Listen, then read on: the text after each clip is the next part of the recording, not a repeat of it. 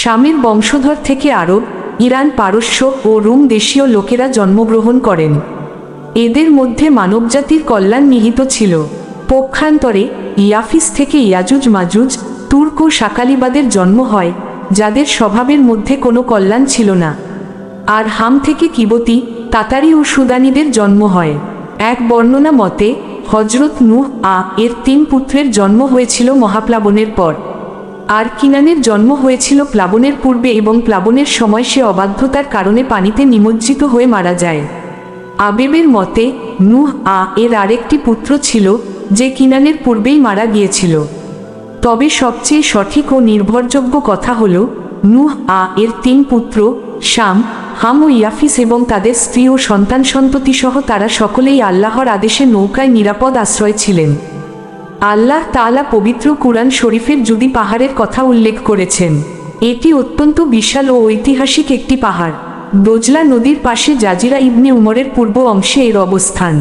মাউসিলের কাছাকাছি এলাকা থেকে দক্ষিণ থেকে উত্তরে এর দৈর্ঘ্য প্রায় 3 দিনের পথ এবং উচ্চতা প্রায় আধা দিনের পথ। পাহাড়টির বর্ণ সবুজ এবং এটি এক বিশেষ প্রজাতির গাছে পরিপূর্ণ। এই পাহাড়ের পাশেই একটি গ্রাম রয়েছে, যার নাম কুরিয়াতুস শামানিন, অর্থাৎ 80 জনের গ্রাম। একাধিক মুফাসসিরের মতে প্লাবন থেকে নূহ এর সঙ্গে যে সকল ঈমানদার ও লোক মুক্তি পেয়েছিলেন, এটি ছিল তাদেরই আবাসস্থল। তবে প্রকৃত ও নিখুঁত জ্ঞান কেবল আল্লাহরই রয়েছে। মূল কথা হল, আল্লাহ পাকের আদেশে যখন মহাপ্লাবনের আযাব সমাপ্ত হল, তখন নূহ এর নৌকাটি এই জুদি পাহাড়ে গিয়ে নোঙর করে। তাওরাত কিতাবে উল্লেখ আছে, জুদি হল আরারাত পর্বত শ্রেণীর অন্যতম একটি অংশ। আরারাত মূলত একটি দ্বীপের নাম। এটি সেই অঞ্চলের নাম যা দোজলা ও ফোরাত নদীদ্বয়ের মধ্যবর্তী দিয়ারে বিকর হতে বাগদাদ পর্যন্ত বিস্তৃত।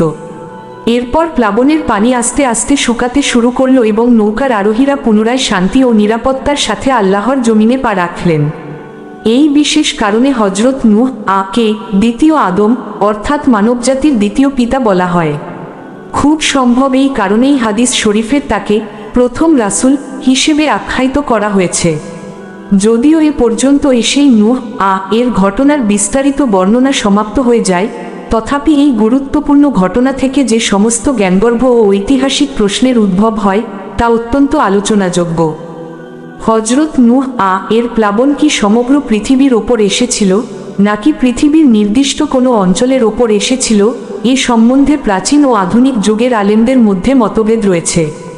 ওলামায়ে ইসলামের একটি দল, ইহুদি খ্রিস্টান সম্প্রদায়ের আলেমগণ এবং জ্যোতির্বিদ ও ভূতত্ত্ববিদ জড়জগতের ঐতিহাসিকদের অভিমত হল, এই প্লাবন সমগ্র পৃথিবীর ওপর আসেনি, বরং পৃথিবীর সেই নির্দিষ্ট অংশের মধ্যে সীমাবদ্ধ ছিল, যেখানে হজরত নূহ এর কওম জাতি বসবাস করত।